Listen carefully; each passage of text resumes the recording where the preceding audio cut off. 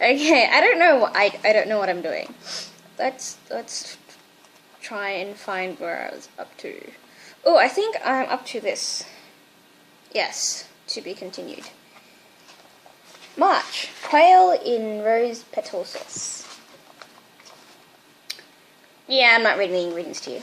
Preparation. Remove the petals carefully from the roses, trying not to prick your fingers. For not only are the little wounds painful, but the petals could soak up blood that might alter the flavor of the dish, and even produce dangerous chemical reactions. How could Tita remember such a thing, shaken as she was to get a bouquet of roses, and from Pedro besides?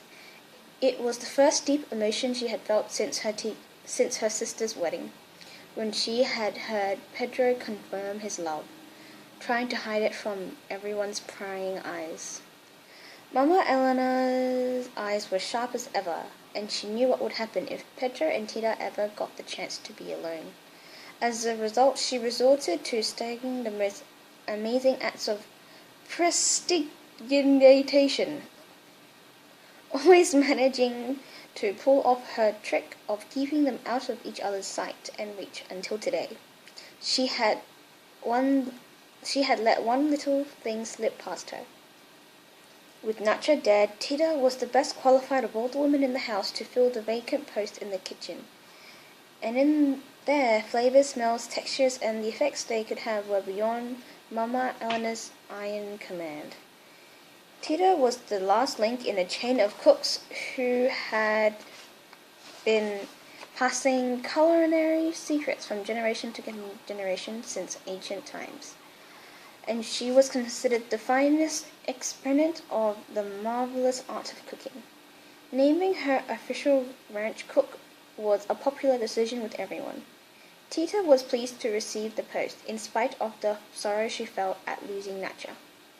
Her unfortunate death had left Tita completely alone in a very deep depression. It was as if her real mother had died. To help her get over it, Pedro thought it would be nice to bring her a bouquet of roses to celebrate her first year as ranch cook. But Rosaura, who was expecting her first child, did not agree.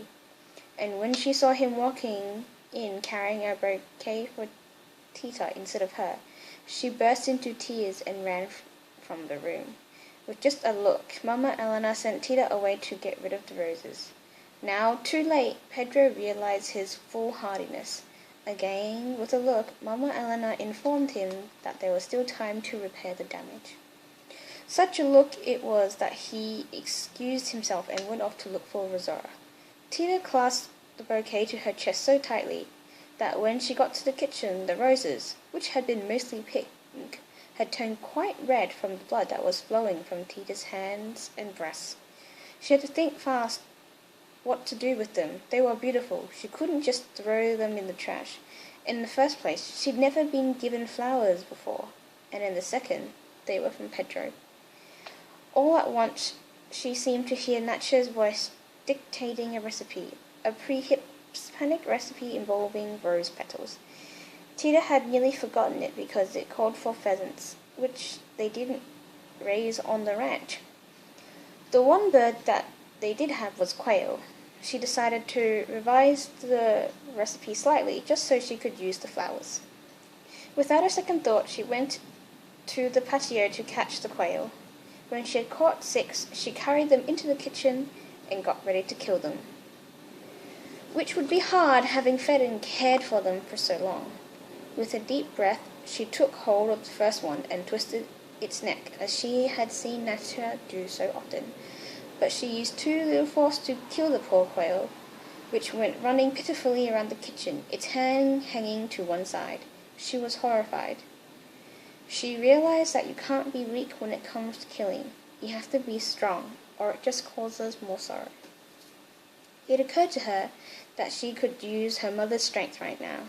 Mama Elena was merciless, killing with a single blow. But then again, not always. For Tita, she had made an exception. She had been killing her a little at a time since she was a child, and she hadn't quite finished her off. Pedro's and Rosaura's marriage had left Tita broken in both heart and mind, like the quail. To spare the bird the pain she felt, Tita moved sharply and decisively, finishing him off as an act of mercy. With the others it was easier. She just pretended that each quail had a soft-boiled egg stuck in its crop, and that she was delivering it from its suffering, mercifully, by giving its neck a good old twist. As a child, she would have chosen death over those soft-boiled eggs she was made to eat. Mama Eleanor forced them on her. She would feel her throat tighten so tight she couldn't swallow any kind of food, until her mother gave her a smack that miraculously loosened the knot in her throat. Then the egg slid down without any problem. Feeling calmer, she had no difficulty in completing the next steps. So skillful was she that it seemed Nature herself was in Tita's body doing all those things, dry plucking the birds, removing the viscera, getting them ready for frying. When the quail are plucked and dressed, their feet are pulled together and tied so that the bird keeps a nice shape after being browned in butter and sprinkled with salt and pepper to taste. The quail must be dry plucked because putting them in boiling water affects their flavor. That is just one of many cooking secrets that can only be learned through practice. Ever since she burned her hands on the griddle, Rosaura wanted nothing to do with any kind of culinary activity, so she was ignorant of that and many other gastronomical secrets. But whether she did it to impress her husband Pedro or to compete with Tita in her own territory, who could say? There was one day when Rosaura did attempt to cook. When Tita tried nicely to give her some advice, Rosaura became irritated and asked Tita to leave her alone in the kitchen. The rice was obviously scorched, the meat dried out, the dessert burnt, but no one at the table dared display the tiniest hint of displeasure, not after Mama Eleanor had pointedly remarked, "As the first meal that Rosaura has cooked, it isn't bad. Don't you agree, Pedro?" Making a real effort not to insult his wife, Pedro replied, "No, for her first time, it's not too bad." Of course, that afternoon the entire family felt sick to their stomachs. That had been a great tragedy, but nothing like the one that shook the ranch this time. Tita's blood and the roses from Pedro's proved quite an explosive combination. Everyone was a little tense as they sat down at the table.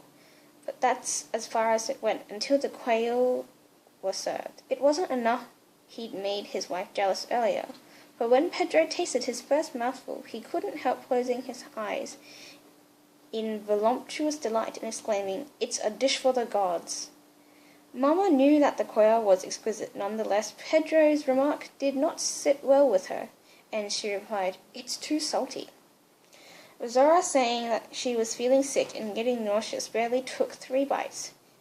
But something strange was happening to Gertrudis. On her, the food seemed to act as an amorphocytic.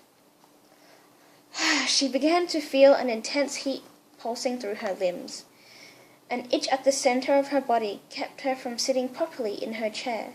She began to sweat, imagining herself on horseback with her arms clasped around one of Pancho Villa's men, the one she had seen in the village plaza the week before, smelling of sweat and mud, of dawns that brought uncertainty and danger, smelling of life and death.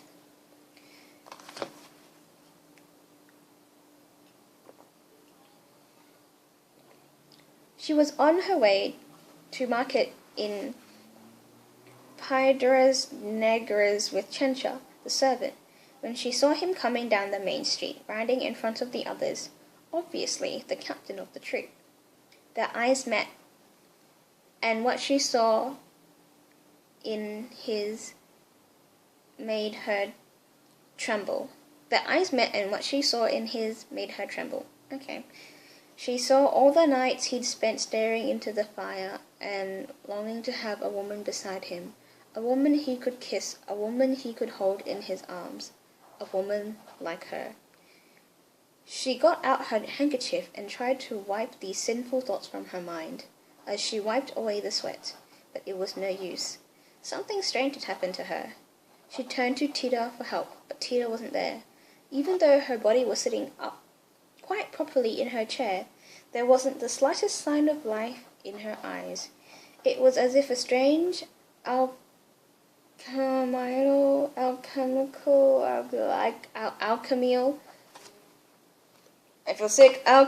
process had dissolved her entire being in the rose petal sauce, in the tender flesh of the quails, in the wine, in every one of the meal's aromas. That was the way she entered Pedro's body, hot, voluptuous, totally sensuous.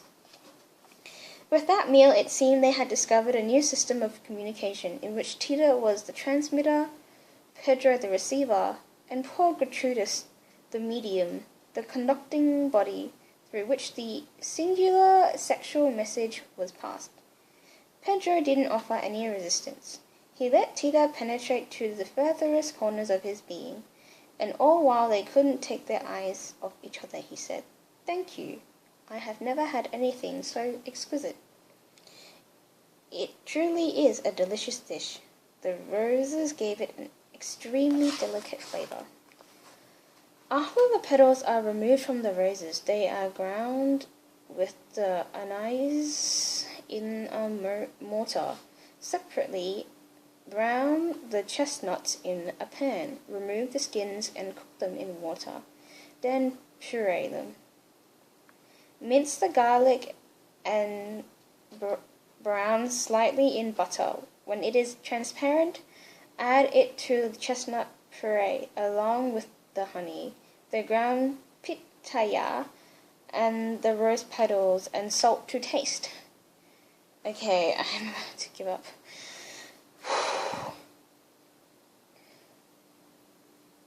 Nope, I'm gonna give up. Good night, everyone.